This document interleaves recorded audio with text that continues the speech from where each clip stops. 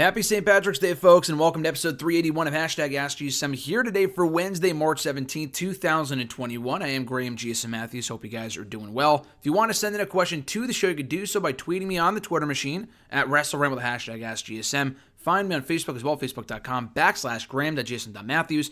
Leave a comment on the post that I usually put up on Tuesday nights, if not on the wall itself. And last but certainly not least, drop your question down below in the comment section on this very video. I'll include your question in next week's edition. One quick, cheap plug here before we get started. Today, my exclusive interview with Shotzi Blackheart will be going live here on the channel.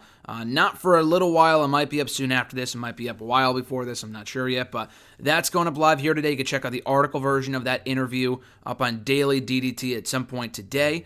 And then we have another interview coming up on Friday, I think it is, for Bleacher Report, also here in audio form on Friday morning here on the channel. Yesterday, we had my interview with Yuli from Young Rock. He plays the college version of Dwayne on the show. That was really cool. And actually in video form as well is that interview, so you can check that out too. But we got to get going here. We'll start with the YouTube questions first with No Laura from YouTube. Their first question was, happy St. Patrick's Day. Now that WWE has given NXT Women's Division their own Tag Team Championship, then what was the point of the first ever Women's Dusty Rhodes Tag Team Classic Women's Tag Team Cup in the first place?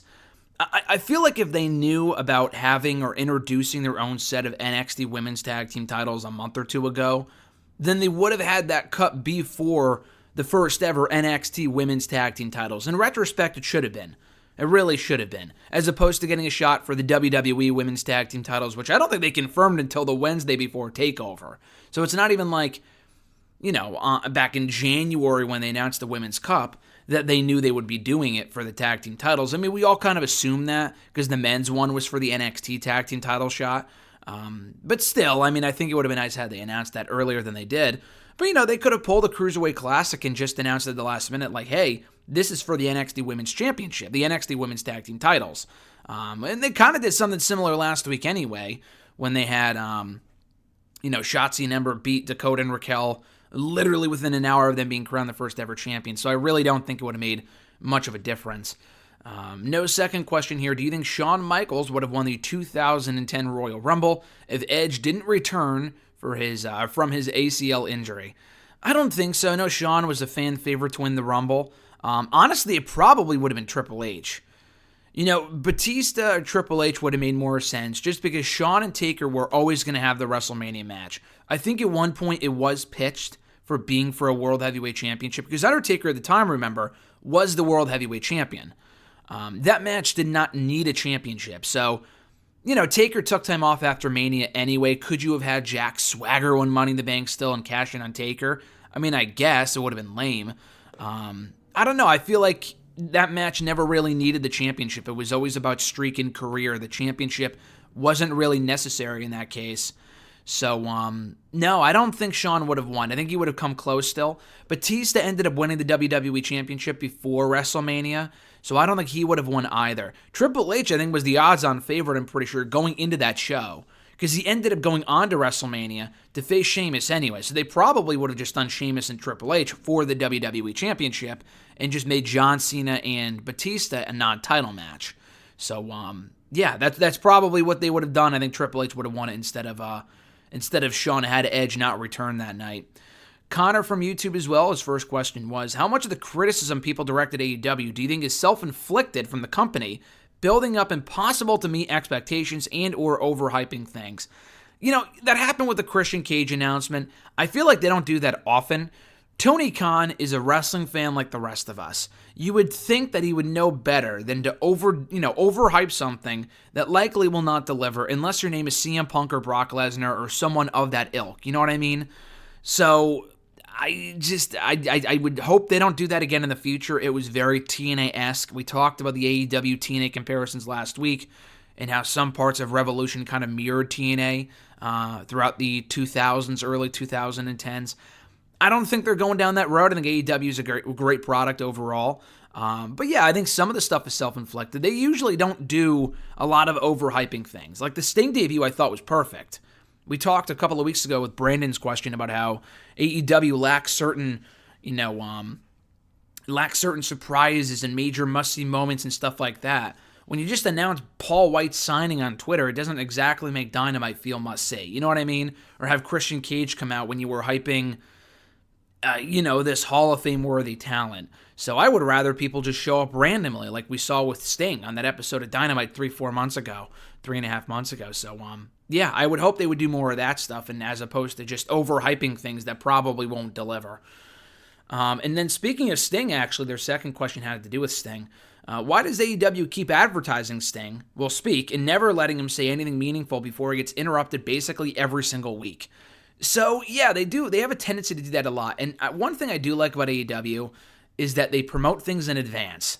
I like that. They give you things to look forward to, even if it's a match that no one gives a shit about. Like, I remember a couple of months ago, they advertised Dustin Rhodes versus 10 of the Dark Order. Who gives a fuck? You know what I mean? But, like, they want to set the entire card in stone before the show. And I like that a lot. They tell you what you're going to expect without, giving you too much information. Like, we know Christian will be on the show tonight to speak, but we don't know what he's going to say. You know what I mean? The Sting segment bothers me because, like you said, every single time they advertise him, and he should not be on every episode, by the way. I'm fine with him wrestling at this point. I've kind of come to terms on that. Him appearing on every episode, though, I think is unnecessary because it makes him feel less special. Especially when he's involved in segments that never really needed to happen in the first place or never needed him. Or he doesn't say anything meaningful. And Sting's never been the biggest talker. He's never been the biggest promo guy. So I would keep his promo short and sweet anyway. I don't really have an issue with that. My issue is more so with them advertising him for every single episode of Dynamite, and he doesn't really do anything. So hopefully the Lance Archer interaction last week will lead somewhere and it wasn't just random. But yeah, it is weird how they advertise like an interview with Sting every single week and then nothing. It's not that nothing comes from it, but it's the same formula every fucking time with someone interrupting him. So at that point, you would think, okay, they'll either stop advertising him for every episode of Dynamite, or they just won't have him show up every single week. It should be one or the other. Brandon A's got a couple questions here. First one being, he said, Happy St. Patrick's Day, but his first question was, I know last week you have joked about why I would waste my time if I ever wanted to visit Connecticut. There are a few reasons, though. I'm a huge geography guy, and I love to travel, and I don't get to do it remotely as much as I would want to even before COVID. I would like to visit every single state at least once, and I definitely want to get a real New England experience at some point. I went to Massachusetts once, but it was for a wedding, and I spent the entire weekend doing wedding-related things since I was in the wedding party, so I didn't really get a chance to do much exploring. Also, I know I mentioned before that I'm a huge amusement park enthusiast, and Lake Compounds is a must-visit for me, especially to ride Boulder Dash. Not to mention, it would be cool to see Titan Towers and ESPN Studios if I can't actually go inside. Anyway, my first question this week is this.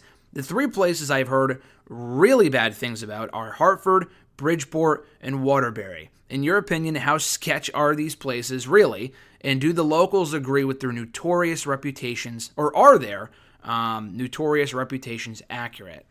So you said Bridgeport, Hartford, and Waterbury. They are absolutely sketch city. I've been to shows in all three towns. I would never go to a show, I don't think, in any of those places by myself. Let's put it that way, okay? I've been to indie shows in Waterbury, a lot of Northeast wrestling shows there. Honestly, I think of the three places, Waterbury might be the best. Some parts of it are sketch. I've been to other parts of it that aren't that bad. Waterbury is... I wouldn't go to any of these places if they don't have to. Hartford is the capital of the fucking state, but, I drive by it a lot. But, I wouldn't go there really for anything else aside from a wrestling show or an event or whatever. West Hartford, which is right outside of Hartford, Alexis and I actually went there on a Valentine's Day date a couple of weeks ago, about a month ago. And that's a really nice area. They have the Cheesecake Factory there, a nice Barnes & Noble, among other things, the Whole Foods, stuff like that. Hartford itself is absolutely sketch city. Some parts are better than others, but really, again, not somewhere where I would walk by myself willingly. Bridgeport is just a shithole. I think RJ can attest to that. We went to go see TakeOver 25 there 2 years ago in June of 2019. And RJ drove from Mass to Bridgeport for that show to meet us for that event. And he can attest the fact that it's a sketch city. It's just, there's really nothing around. It's just not a great area. I'm not a big New Haven fan either, but at least New Haven has some stuff. Like, they have great pizza. There's universities there. That's another area that's very hit or miss. I'm very familiar with New Haven. But I would probably put Hartford, Bridgeport, and Waterbury above them. Like New Haven, I was almost actually mugged one time. A couple of years ago, I was coming back from what was it? I think it was a Progress show in the summer of 2017, and I was waiting for a ride, not even outside of the train station, but inside. They locked the door so no one can come inside, but someone must have snuck inside when someone left.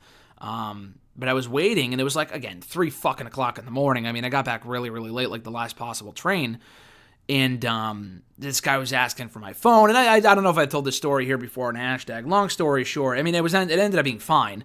I wasn't going to give him my shit, not by a long shot. I was going to go down fighting if it meant keeping my phone.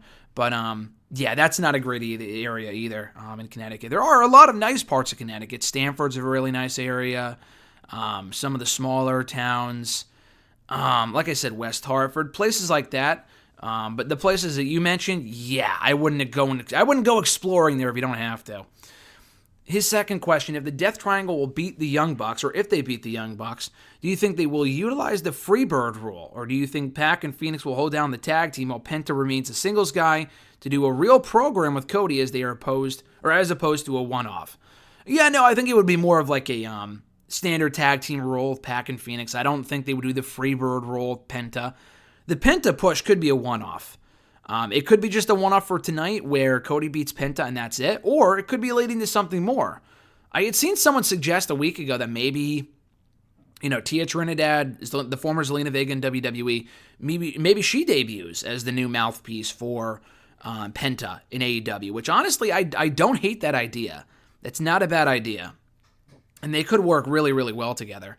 But yeah, so I think with Penta and with the Death Triangle, I don't think he would be a part of the tag team champions. I don't think he needs to be. I don't think the Death Triangle are beating the Bucks anyway when the time comes to do that match.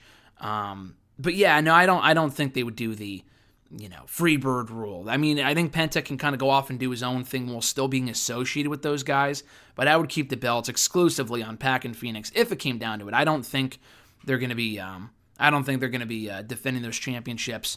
I don't think they're going to be winning those championships anyway when the time comes for them to challenge for them. And then the third question, many people hate the road to WrestleMania this year. Do you believe WrestleMania will still, no matter what, be a better show than last year because they will have a crowd? I mean, not necessarily. Honestly, I think WrestleMania 36, even without a crowd, was better than some of the WrestleManias that did have a crowd. WrestleMania 32 sucked. WrestleMania 27 sucked. You know what I mean? Like shows like that. I've seen far worse WrestleManias than the one that we saw last year. Even in an empty performance center, it was still a worse show it was still a better show than some of the worst WrestleManias I've ever seen.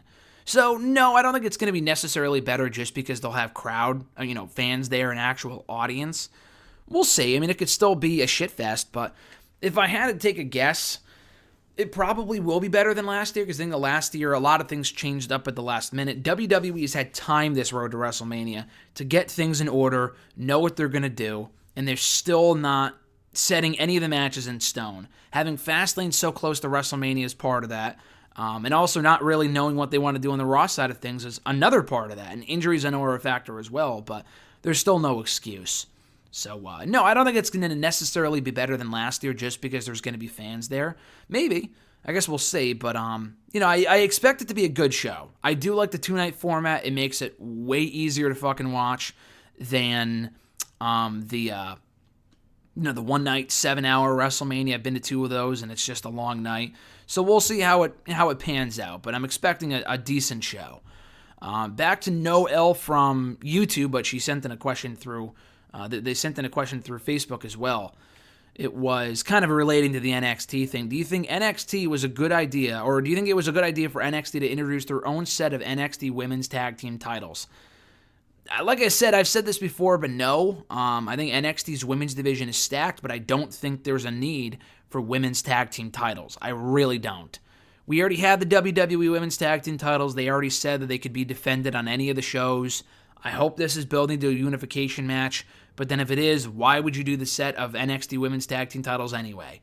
You know what I mean? I think it's just pointless. So, I'm not a fan of it. They have a very good division down there, but women's tag team wrestling is not something this company does very well. In NXT, they do a better job of it, but then just put the fucking WWE tag team titles down there.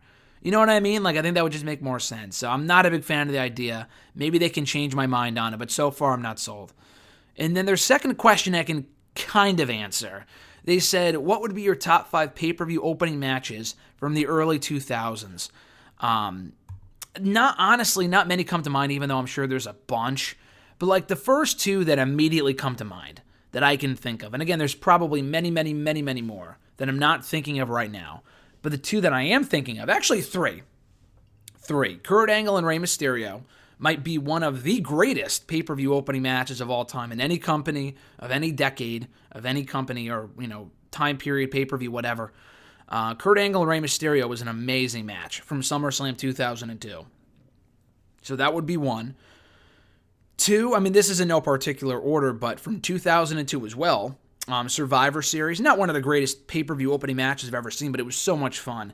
It was Jeff Hardy, Spike Dudley, and Bubba Ray Dudley versus Rico and 3 Minute Warning. The 6-man tag team tables match from Survivor Series 02. So much fun. It would have been a shit show anywhere else and with a different stipulation, but they made a meaningless match meaningful, specifically with the Dudley Boys reunion by the end of it. And then also Rey Mysterio and Eddie Guerrero comes to mind from WrestleMania 21. They were both tag team champions at the time, facing off one-on-one. They went on to have even better matches in the months that followed at Great American Bash and Judgment Day and SummerSlam. But as far as the WrestleMania encounter goes, it really kicked off that show on a high note. So any one of those 3 matches, I really can't think of any more off the top of my head right now, but those 3 come to mind from the early 2000s in WWE.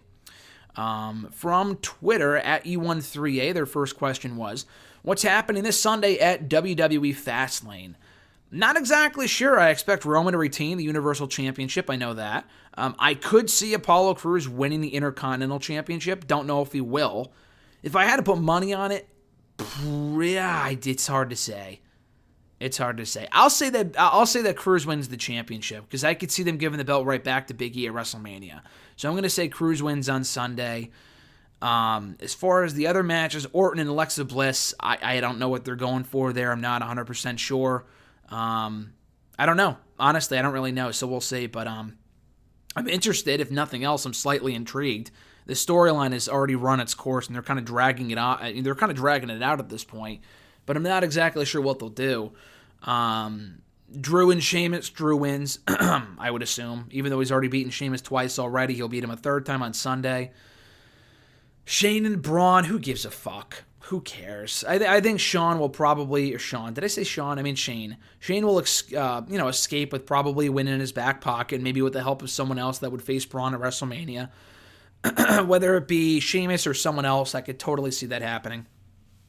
On SmackDown, we also have the women's tag team title match, Nia and Shayna versus Bianca and Sasha. I expect Nia and Shayna to win that one as well. At E13A, best things to watch before Peacock absorbs the WWE network. Like you said, the network is going away in early April for us here in the U.S. It's going to be on Peacock going forward, but the problem is that almost none of the content, I would say maybe 5% of the content, is going to be on Peacock by the time they transfer over in a couple of weeks. So you really got to get everything out now. I think I heard somewhere that they're uploading every WrestleMania by the time Peacock launches. The WWE Network launches on Peacock. And that's cool, but I want like all the old Raws and stuff like that. The documentaries are must-see. I think The Last Ride will be on Peacock. I'm sure everyone already saw that, but the 24s are must-see content. I really can't think of any one particular thing. I actually made a WWE Network quarantine playlist about a year ago when COVID first started. That would probably give you a better idea of what to watch on the network before it goes away. But the old takeovers, some of the old pay-per-views. I think, Money in the Bank 2011 won't be on there for a while, I would assume. So pay-per-views like that, I think, are a must-watch before the WWE Network goes away in a couple of weeks. At E13A, what do you do when you're feeling lazy? That's a good question. Honestly, not really sure how to answer that. I don't know. I just like to watch shows and eat chips, I guess. So I guess that would be the best answer. At Reborn Again, John Ritland from the Twitter machine. Check out his YouTube show, Real Honesty, with John Rillen. Always does great work on there. His first question was this: 14 matches on Dark Elevation, 15 matches on the Tuesday Dark, then Dynamite the next day. 3 straight days of 2+ hour long AEW programming. I get that talent's needed in ring time, but when is enough enough? I mean, dude, it's complete overkill. I've already complained a lot about the Dark format the last couple of months being an hour and a half, 2.5, almost 3 hours long some weeks. It's completely ridiculous. And people saying, well, these talents need in-ring time. I've never seen a fucking wrestling show that was almost 3 hours long, filled with nothing but squash matches. I mean, point me to one show that did that. I know Heat did that, Velocity did that back in the day, Main Event, shows like that. But at the end of the day, though, none of these shows were almost 3 hours long. And if they were, I'm sure they suck too. Because there's no character development. We know nothing about a lot of these performers. It's just straight up wrestling, and the matches are way too competitive than they need to be. So Dark Elevation was a fucking chore to sit through. Tuesday Dark was a bit better. Dark Elevation was a fucking chore. But yeah, no, I don't know. They need to shorten up these shows, and if they were to make 1 hour and then another, just 1 hour as well, that would make more sense. But I'm not sure if they're going to be doing that. If they're going to be doing 14, 15 matches every single week, then what's the fucking point of having a second show that feels that feels no different than the Tuesday Night Dark? You know what I mean? So they got to work on that. And, people complain about WWE having too many shows and too much programming. They'll eat this shit up. I mean, it just makes no sense to me. At noob_n_co 1991, what are your thoughts on Randy Orton versus Alexa Bliss for Fastlane on Sunday? I would rather have Alexa feuding with other women than continuing to torture Orton. We'll see where they go with it. Again, like I said, this storyline has really run its course. I was intrigued. I still am intrigued. But still, to a certain extent. To a certain extent, I'm still intrigued because I think this will be culminating in a Firefly Funhouse match at WrestleMania with Orton and Wyatt, which could have, potential. But the Alexa Bliss and Orton shit has gone on for way too fucking long. Like, it has literally been 3 months now since Bray Wyatt was killed, was burned alive at TLC. They gotta move to the next stage of this storyline because it's getting way too old at this point. It's not going to be a formal match, I'm sure. It's just going to be a bunch of bullshit. But I assume that The Fiend will return on Sunday, and they set the stage for the Firefly Funhouse match at WrestleMania. Another question from John that I forgot to answer. What would help me build the anticipation for more feuds? Huge buckets of different colored paints. But seriously, what even is this Braun versus Shane feud? Oh my god, the segments involving these guys have been some of the worst I've ever seen on Raw. And that's saying something. Just because it's a combination of a lot of things. One, it's pure time killer, pure filler. Nothing really else in between. It's just pure, they just want to kill time on a 3-hour show. That's one. Two, there's no real reason for them to be feuding. 3, I don't care about seeing the match. And 4, Braun and Shane currently are not compelling characters. Braun has lost a lot of momentum since he was Universal Champion last year. Even then, that wasn't the hottest reign in the world, but I thought he tried. He has done jack shit since then, and there's no reason for Shane to be back. There's no reason for Shane to be back as a regular on the show. The fact that Shane might have a WrestleMania match over... I guess AJ Styles does have his WrestleMania match set in stone at this point, but, who could possibly care? You know what I mean? Like, who gives a fuck about Shane and Braun?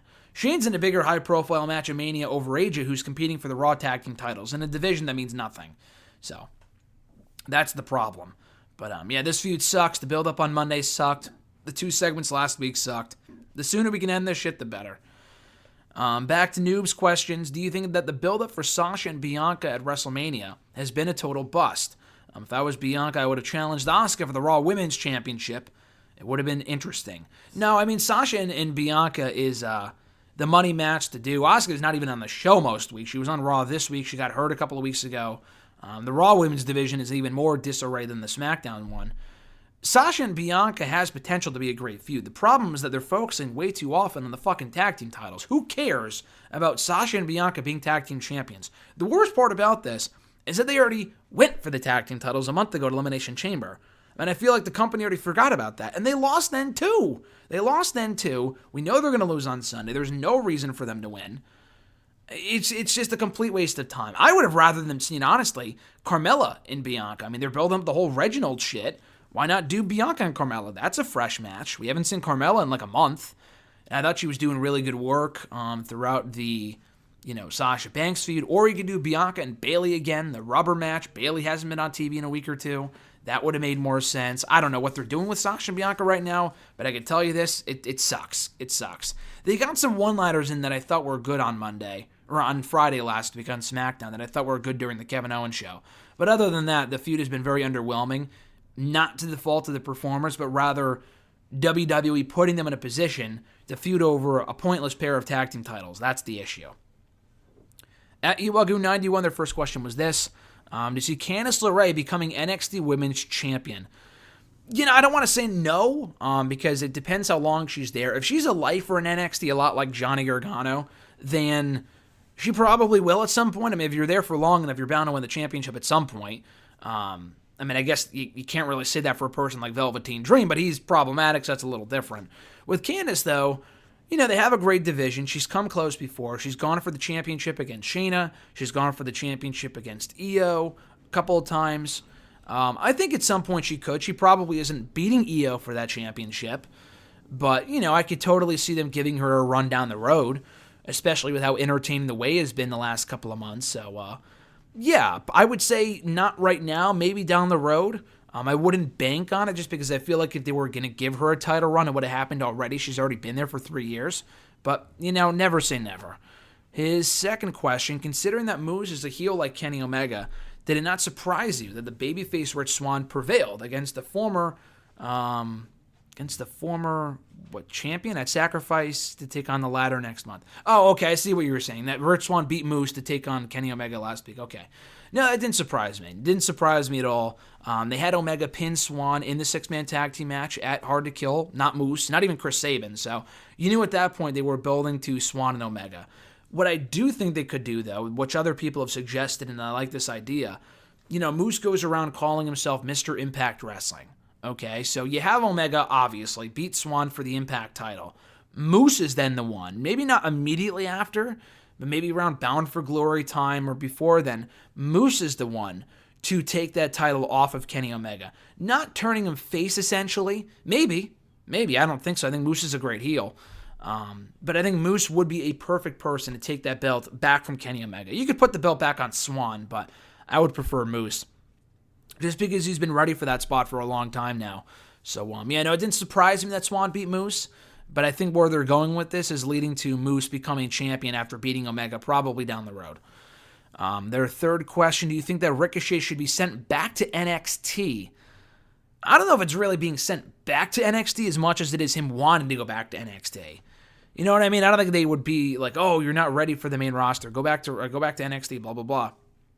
I think it would be more of a case of him wanting to go back there, like an Andrade or like a Black, both of which reportedly were denied of that opportunity. Ricochet, I think, would be perfect back in NXT. I know he was only there, he wasn't there for very long. I think people forget about that. He was only there for about a year. In that year, he was North American champion for a time. He had all the biggest matches he could do for the most part. But, he feuded with Adam Cole, for example. He feuded with Velveteen Dream. He feuded with Johnny Gargano. He feuded with all the regulars there, but there were still more matches you could have done with him. He was ready for the main roster, don't get me wrong, in 2019, when he got called up around WrestleMania season. But you could put him back there, and he would thrive against other mid-carders and people like that. Upper mid-carders, main eventers. So at this point, I would rather see him back in NXT because they clearly have no idea what the fuck to do with him on Raw. Will that happen? Probably not.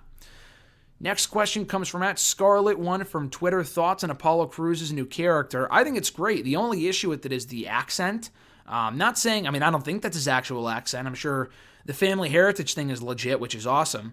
The thing with the accent isn't even the accent itself. It's not a great accent, but the issue is that he's so inconsistent with it. He'll speak without an accent, and then he'll speak with an accent. And he's doing that by design, of course. I understand that. It's just weird though that I don't know. It's just bizarre to me that you would do the accent sometimes and then not use it. So other than that little inconsistency, I like the character a lot. This is easily the most interesting Apollo Crews has ever been as a character. He's having good matches. The Big E feud has been great so far. So I think he's killing it. And like I said, I would definitely put the championship on him. Probably come Fastlane tomorrow. Not tomorrow, on Sunday. I think that'd be the perfect place to do it. And you can always have Big E beat him for the belt back on Sunday's pay-per-view or whatever they want to do. So that's what I would do anyway. Or not on Sunday's pay-per-view, but like at WrestleMania or whatever. Scarlet, 1 second question. Thoughts on the New Day becoming 11-time tag team champions? I can't bring myself to care. I know they're doing them versus Styles and Omos, which is why they did the title change. But like the New Day, every time they lose it, they literally get it right back. Like there's no variety in this tag team division. Like they'll lose it for a couple of months and then they'll get it back. It happens every fucking time. So I just can't bring myself to care, and I like the New Day a lot, but the Hurt Business have all the gold right now. They got, Bobby Lashley as the WWE champion, Benjamin and Alexander were the Raw tag team champions, and then the reign is over as of Monday. So I thought that was premature. Wasn't a fan. I could see what they're setting up. They should have just done a triple threat or something just because, the Hurt Business have been one of the best parts of Raw since they came together about a year ago. To take the titles off of them at that point, I felt was premature, and you could have easily made it a triple threat. You could still do AJ and Omos in the tag team title picture, just make it a triple threat, so I wasn't a big fan of that. Thoughts on the 2 WrestleMania matches added this week? So we know at WrestleMania we're getting Bobby and Drew. We know that for a fact. I don't remember, the tag title match that I just got done talking about, obviously, that they added on Monday. Yeah, Drew and Bobby, I think, makes perfect sense. They had great chemistry at Backlash last year. Bobby's the champion, never beat Drew for it. He'd be Miz for it. It makes perfect sense. The only issue with it is that the way they announced it was completely anticlimactic. They come on the air and they were talking like it was already announced that they were having a match at WrestleMania. Like, no fanfare, no big heated promo. Like, it was just so lazy. So lazy. And it doesn't feel like a main event. It feels like the main event of a Monday Night Raw because of how they built it up on Monday. So that was really disappointing. The way they announced the tag title match had more fanfare than the WWE title main event match did, which makes no sense to me. But at this point, I would have Bobby and Drew main event night 1, and then put the whatever Roman Reigns' match is, whether it be him and Edge or the triple threat with Bryan, I would put that on night 2. Because I think that's a bigger match than Drew and Bobby. Even though I'm looking forward to Drew and Bobby, the way they announced it, though, completely sucked. The tag title match, I thought they announced it fine, but like it came completely out of nowhere. They put the belts back on the New Day, and then are immediately interrupted by this, not a new team, because AJ and Omos have been together for a while now, but like they showed no signs of wanting the tag titles before Monday, so it feels completely thrown together. Omos is probably terrible in the ring, so I'm very skeptical as far as where this is going. But at least that had more fanfare than the WWE title announcement did, which was completely stupid. And then final question from @Scarlet 1. Did you hear about NXT's latest COVID outbreak? Yeah, I saw the headline the other day. I mean, this brand can fucking catch a break. I mean, they can catch COVID, but they can't catch a break. Or I guess they can catch an outbreak, I guess would be the joke. But yeah, no, it's just, I don't know if it's probably just pure negligence in the fact that they're not either wearing masks or doing parties or... I mean, at this point, I don't know if it's just an accident. I don't really give them the benefit of the doubt just because we've already heard, 2 or 3 other stories in the last 6 months of NXT having COVID outbreaks. This is not the first time. It may not be the last. But man, it's just even more so than the main roster. Like, how the fuck does this shit happen?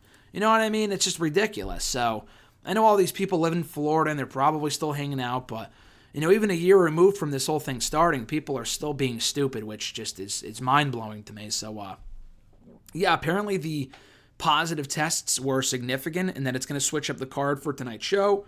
They got to play it safe before TakeOver in 2 or 3 weeks, so they might have to, move some things around, which is crazy. But again, it wouldn't be the first time. This happened a couple of months ago too. But again, it also doesn't surprise me too, given what we've heard about NXT since the whole pandemic started. And they're in fucking Florida. Again, I'm not entirely surprised. They'll be fine, but it's just embarrassing when you have people that can't follow the rules for, a simple couple of months until everyone gets the vaccine. But it is what it is, I suppose.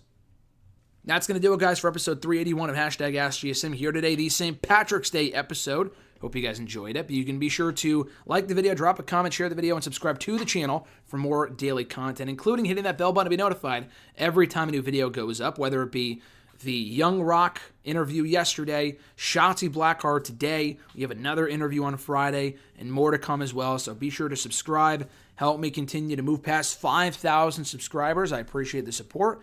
And we'll be back next week with another episode. You can send in questions by tweeting me on the Twitter machine at WrestleRant with the hashtag AskGSM. You can find me on Facebook as well, facebook.com/Graham.gsm.Matthews. Leave a comment on the post that I usually drop on Tuesday nights, if not on the wall itself.